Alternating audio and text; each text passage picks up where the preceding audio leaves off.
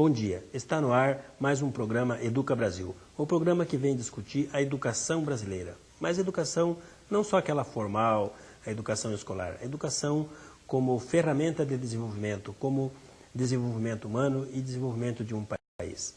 O tema de hoje é violência na escola e para debater esse tema nós temos aqui a psicóloga Joyce Pescarolo da ONG Projeto Não Violência, a conselheira tutelar de Curitiba, Áurea Martins, da Regional Matriz, e a psicóloga Denise Berner, da Associação Brasileira de Neurologia e Psiquiatria Infantil do Paraná. Não saia daí. Voltamos já para discutir. A violência está aumentando na sociedade? A violência é um fenômeno humano? Aguarde. Daqui a pouquinho, depois do intervalo. Olá, estamos de volta com o programa Educa Brasil. Hoje com o tema A Violência na Escola.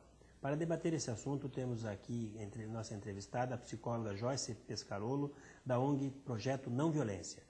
E nossos convidados, a conselheira tutelar de Curitiba, Áurea Martins, e a psicóloga Denise Berner. Joyce, posso chamá-la Joyce? Uhum. A violência é um fenômeno da modernidade ou é da natureza humana? Nenhuma coisa nem outra, eu diria. Não acho que seja algo da modernidade. Se você olhar para a nossa história, você vai ver uma série de coisas que são entendidas como, né, violenta. Olha para a nossa Idade Média, como é que a gente resolvia o conflito, né? Não era dialogando, enfim, mas era na espada, né? Mas também não acho que seja algo intrínseco da natureza humana. Eu acho que a gente tem o potencial para ser violento. Nós temos unhas, temos dentes, a gente pode ser violento. Isso não quer dizer que você vá ser como algo natural, instintivo. É um comportamento socialmente aprendido. E como é socialmente aprendido, na verdade, nós aprendemos isso pelo comportamento dos adultos, então, quando crianças? Não necessariamente com os adultos. A gente aprende com as crianças também. Enquanto crianças, a gente tem como referencial não só os adultos, os pais, mas a gente tem uma série de outros referenciais que são que é a escola, que é a igreja, que é a outra família do amiguinho, o amiguinho. Então, a gente aprende independente do referencial. Mas a gente já sempre aprende comportamentos com outras pessoas. E nós aprendemos isso no início da vida, como é que é isso? A gente sempre está aprendendo, mas eu diria que uma fase bem importante para esse aprendizado, com certeza, é a infância. Mas não quer dizer que a gente não possa modificar o comportamento ou aprender outros comportamentos. Então, quer dizer, uma criança que esteja apresentando um tipo de comportamento violento não quer dizer que ela está predestinada a ser violenta para sempre, porque ela aprendeu esse referencial na infância. A gente sempre está aprendendo, sempre está se reciclando. Mas, com certeza, a infância é uma fase muito importante para se aprender. Bom, Denise, como é que a psicologia vê essa questão da violência, principalmente na escola, que eu acho que assim, é um local que tem muita discussão, a criançada brigam as crianças, daqui a pouco os adultos já estão brigando. Como é que a gente vê isso na psicologia? E como é que... Bom, é um assunto amplo. A primeira coisa a se reconhecer é isso. O que ocorre é que onde há relacionamento humano existem sentimentos que podem levar à violência, né? Porque as pessoas são diferentes.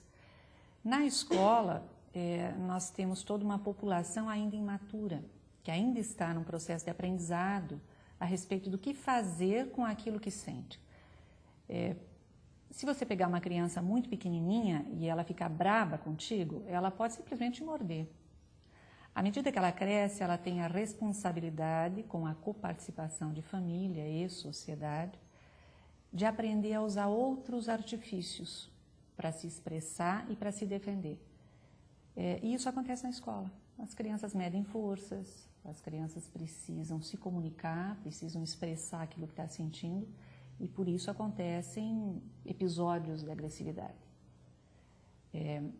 O que se discute muitas vezes, hoje em dia, é se esses episódios estão ou não extrapolando aquilo que se espera no processo educacional. Isso é que é uma discussão ampla. Certo.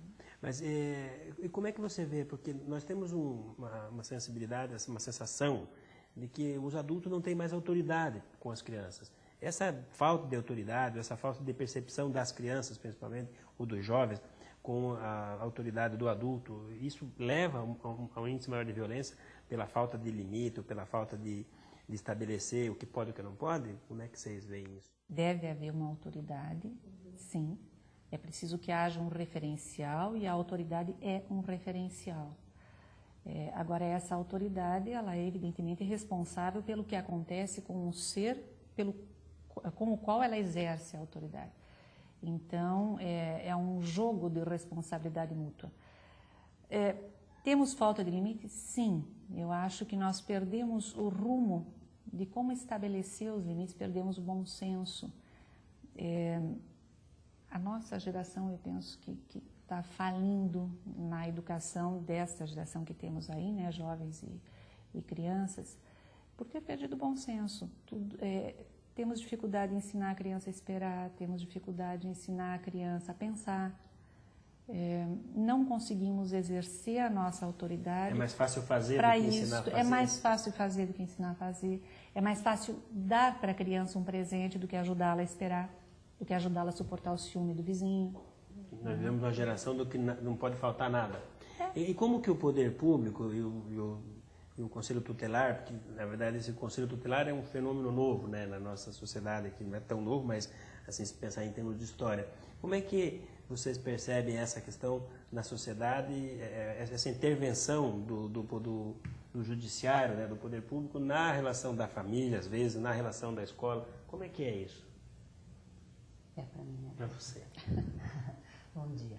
Então, o Conselho Tutelar é um órgão autônomo que foi criado exatamente para fazer cumprir o Estatuto da Criança e do Adolescente, né? O conhecido ECA. Ele intervém na medida em que ele aplica medidas protetivas na criança e medidas aos pais ou responsáveis. Então, ele pode encaminhar para um órgão, para um tratamento especializado ou algo assim, se for necessário. Mas deixando bem claro que o Estatuto prevê direitos e deveres, porque todo direito vem um dever na sequência, né? Então, a criança tem seus direitos, mas ela tem seus deveres também. Joyce, você lá na sua ONG, vocês discutem essa coisa do ECA, a aplicabilidade do ECA. Como é que você vê essa questão do poder público? Porque o poder público se intervém mesmo dentro da família, em determinados casos. Como é que fica essa questão na relação na relação de força, de poder que tem que ter na família, que é uma micro-sociedade? Na família, na escola. Na escola, que é uma sociedade com regras e tal. Sim, sim. Na verdade, eu acho que há um desconhecimento muito grande por parte dos adultos da escola do que seja o ECA. Eles entendem que o ECA é uma ferramenta do jovem para exercer uma espécie de coerção sobre os adultos, algo do tipo, não me diga nada porque o ECA me protege. Na verdade, esse é um grande equívoco. Como a Áurea falou, o ECA tem direitos e tem deveres também, né? Então, por uma série de desconhecimento dos profissionais, eles acham que o ECA é algo que só tem direitos e eles não sabem exatamente o limite do que é legal e do que é algo do cotidiano. Então, assim, eles acham que por isso, muitas vezes, eles não podem exercer autoridade, que é diferente de autoritarismo. Então, muitas vezes, eles se eximem de exercer essa autoridade por achar, por julgar que o ECA estaria exercendo algum tipo de comportamento que vá, ou de ação, né, judicial que vá na contramão. Mas nós vemos na imprensa muitos casos de professores que são processados, porque depois a imprensa já vai logo assim. Isso não cria um estado emocional de negação da autoridade para evitar problemas? Né? Não existe um pouco essa discussão? Veja, eu acho que talvez a gente tenha que repensar hoje em dia que as pessoas estão mais preparadas para exercerem os seus direitos. Isso não tem que causar uma intimidação no educador. Ele tem que aprender a conhecer os seus direitos também. O que muitas vezes ocorre é que ele não conhece os seus direitos, se sente altamente intimidado por um aluno que de repente conhece mais os seus direitos do que ele próprio. Ou acha que conhece ou usa acha que isso conhece, né? Lá na ONG a gente trabalha, assim, cueca não é o nosso foco principal, é algo transversal, no sentido de gerar protagonismo juvenil, de né, fazer com que as crianças aprendam a exercer os seus direitos, porque é algo interessante que você falou, e que me leva a pontuar que a violência escolar não é um fenômeno dos alunos. É uma conotação, muitas vezes, que a gente tem, que a gente pensa, né? Por mais que a gente não reduza, quando a gente vai falar, a gente acaba pensando, os alunos são o problema de violência escolar, e não é. Na verdade, o principal foco de violência escolar se dá na relação, sempre do adulto com a criança, então não é o adulto e não é a criança, né? E a gente entende que os adultos são os principais responsáveis por modificar um ambiente. Então, às vezes, a gente espera... Mas pelo posicionamento, e não tanto por provocar a violência, por exemplo, na escola. Não, mas o adulto também provoca. Ele, na verdade, ele determina o padrão de comportamento. Muitas vezes a gente pensa que essa violência vem com o aluno porque a família dele é violenta, e isso é um equívoco. Tem uma série de escolas onde o nível de violência é muito baixo e a comunidade ao redor tem um histórico de violência alta, e o inverso também ocorre. E por que acontece? Ocorre porque o ambiente escolar determina o padrão. O fenômeno violência escolar é algo não necessariamente igual a essa violência. A autoridade está dentro da escola. A autoridade está na escola. Os adultos são os responsáveis por determinar o padrão de relação. Bom, gente, o assunto é muito bom. Você vê, já passou o primeiro bloco. Nós vamos precisar fazer um intervalo. Antes de sair para os comerciais, eu queria lembrar você que está em casa, que quer saber mais informações, que quer ter informações e artigos de educação, nós temos uma ferramenta, é o site Nota 10, www.nota10.com.br. Você terá ali notícias diárias de educação, artigos, agendas, inclusive venda de livros relacionados à área de educação. Nós voltamos daqui a pouco para debater esse assunto. Vocês viram aqui no primeiro bloco, nós falamos bastante, porque o assunto é muito abrangente, tem que discutir várias coisas, mas a autoridade é a palavra de ordem, pelo que deu para perceber até agora. Até já. Estamos de volta com o programa Educa Brasil, um programa que discute a educação brasileira. Hoje o tema é violência na escola. E para debater esse tema, temos aqui a psicóloga Joyce Pescarolo, que é da ONG Projeto Não Violência, a senhora Áurea Martins, que é do Conselho Tutelar de Curitiba, e a psicóloga Denise Berner, que é da Associação Brasileira de Neurologia e Psiquiatria Infantil. Nós vamos ver uma matéria de uma escola, de uma professora, de uma escola estadual aqui de Curitiba, que levanta uma questão em relação à violência escolar. Professora Cláudia, quais são as principais preocupações no âmbito da violência nas escolas? Nesse momento, a maior preocupação dos professores é o excesso de alunos em turma, né, um número muito alto de alunos por turma, alunos multirepetentes, principalmente nas quintas e sextas séries, daí são alunos maiores, com 16, às vezes com 15, 17 anos numa quinta série, que eles já estão adultos, já têm outras vivências, colocados em uma mesma turma de crianças com 10 e 11 anos, e a gente percebe que não há nenhum projeto governamental nesse momento para lidar com esse problema desses alunos que são maiores. Muitos desses alunos maiores de 16, 17 anos em quinta série já são alunos que são acompanhados por conselho tutelar, são alunos que já cometeram pequenos delitos e que são colocados dentro da sala de aula juntamente com crianças pequenas de 10 anos, de 11 anos, e que eles geram um clima de tensão para os professores que estão dando aula, e eles também geram um clima de tensão em cima dos pequenos, porque eles agridem verbalmente, eles agridem fisicamente, e eles não querem aprender, não traz o material, e o professor fica sem uma ação concreta perante esses alunos. Bem, como podemos ver na matéria, como é que a escola pode resolver, senhora Áurea, a questão dessa defasagem de alunos? Como é que a escola pode se aparelhar, o professor pode agir para que ele possa dar a sua aula e não prejudicar as crianças mais novas? Esse é um tema complexo que não dá para a gente abordar e resolver numa questão aqui no programa, porque também eu não sou pedagoga.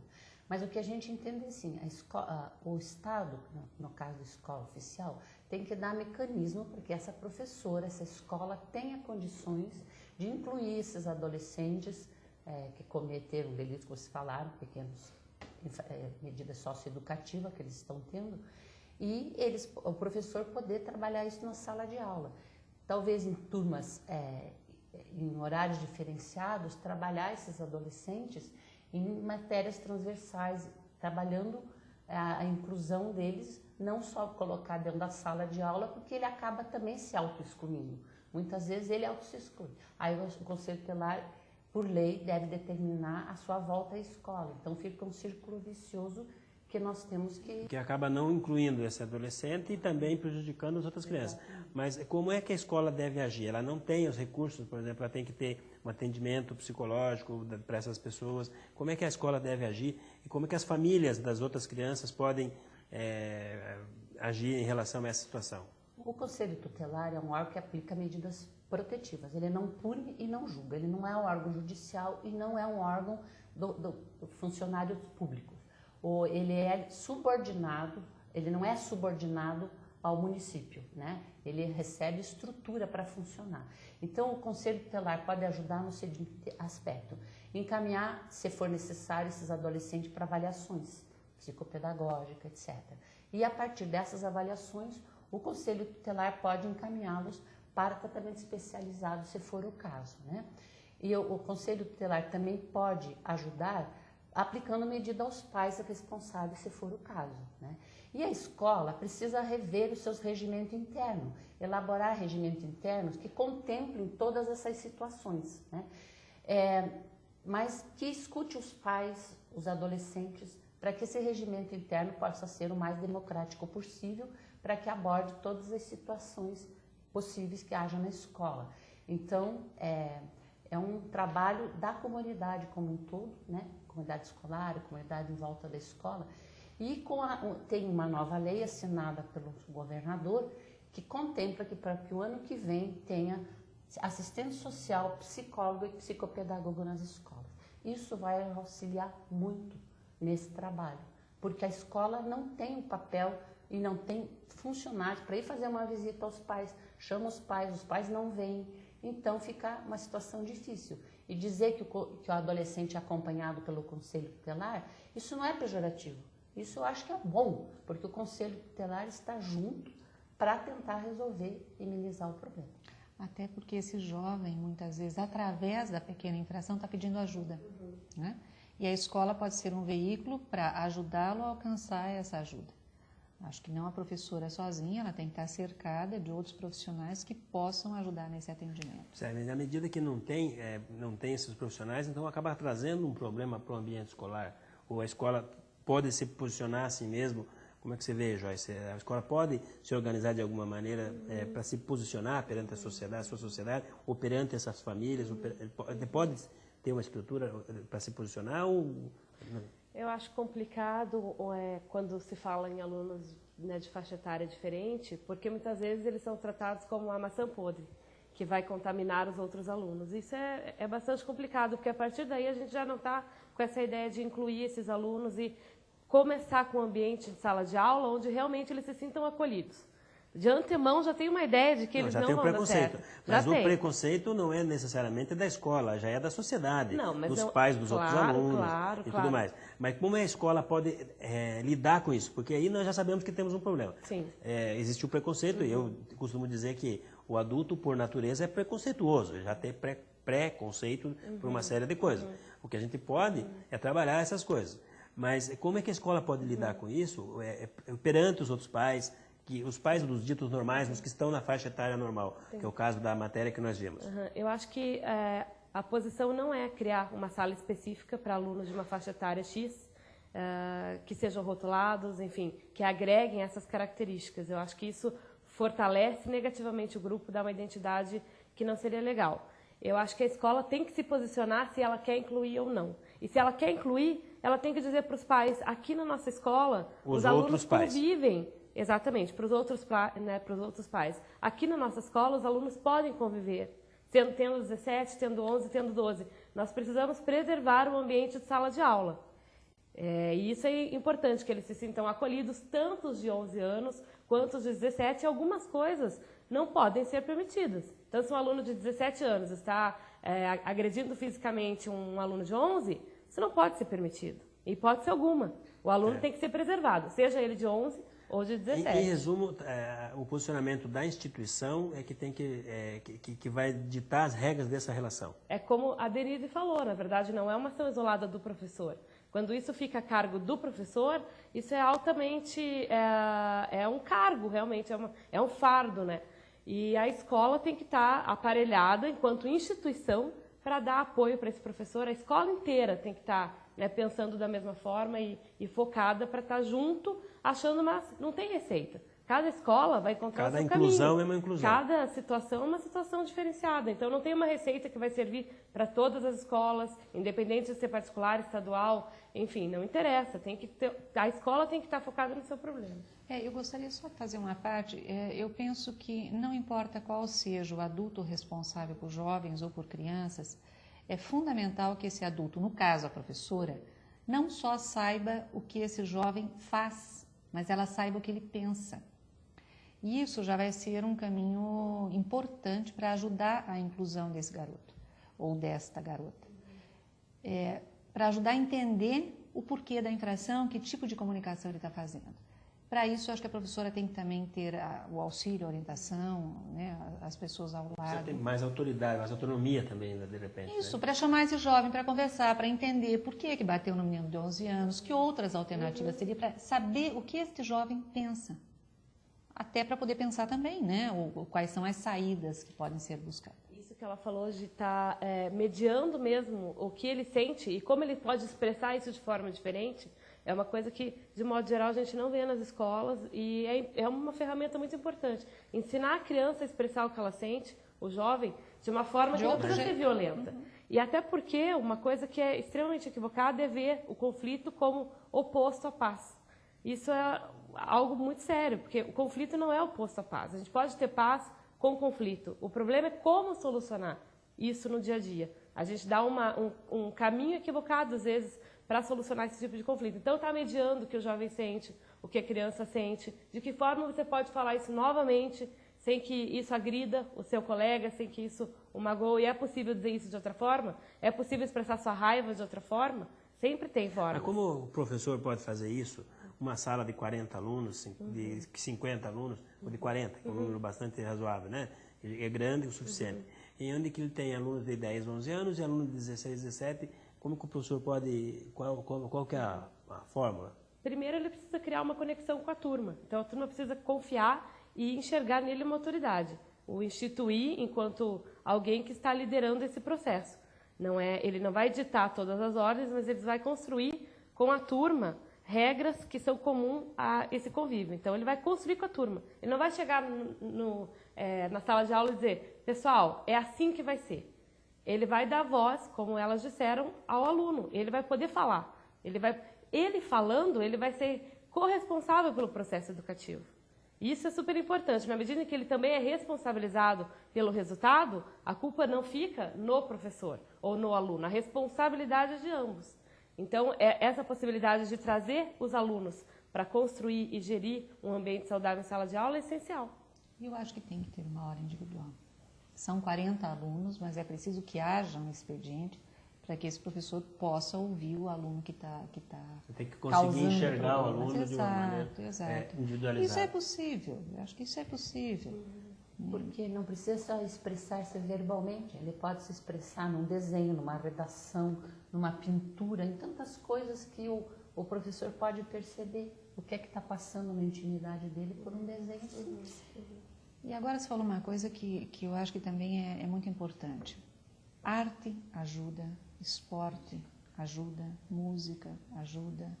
Então, essas ferramentas podem e devem ser muito usadas pela escola. Muito bem. O assunto não se esgota aqui, mas o nosso programa está chegando ao fim. Nós vimos aí, foi rapidinho, né? Passa rápido o tempo.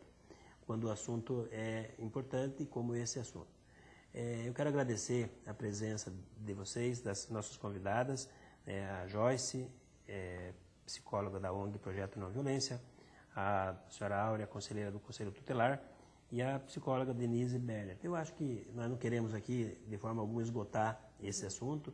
Já estão convidadas para um próximo programa, para que nós possamos ampliar o debate né, em relação ao assunto de violência, a questão da abordagem da escola em relação às crianças e adolescentes, que é a grande questão hoje na educação formal, né? E acho que nós temos assuntos importantes como a questão da arte, né? Tem outras formas de educação que nós vamos abordar aqui no programa Educa Brasil. No próximo domingo, nós estaremos abordando um tema bastante interessante para essa época de ano. Aprendizado. Qual é a expectativa da sociedade no final do ano? Aprovado ou reprovado? Será que é só isso? Será que aprendizado, você só vê a nota aprovado ou não? Nós vamos abordar isso no domingo que vem. Até lá e muito obrigado pela audiência.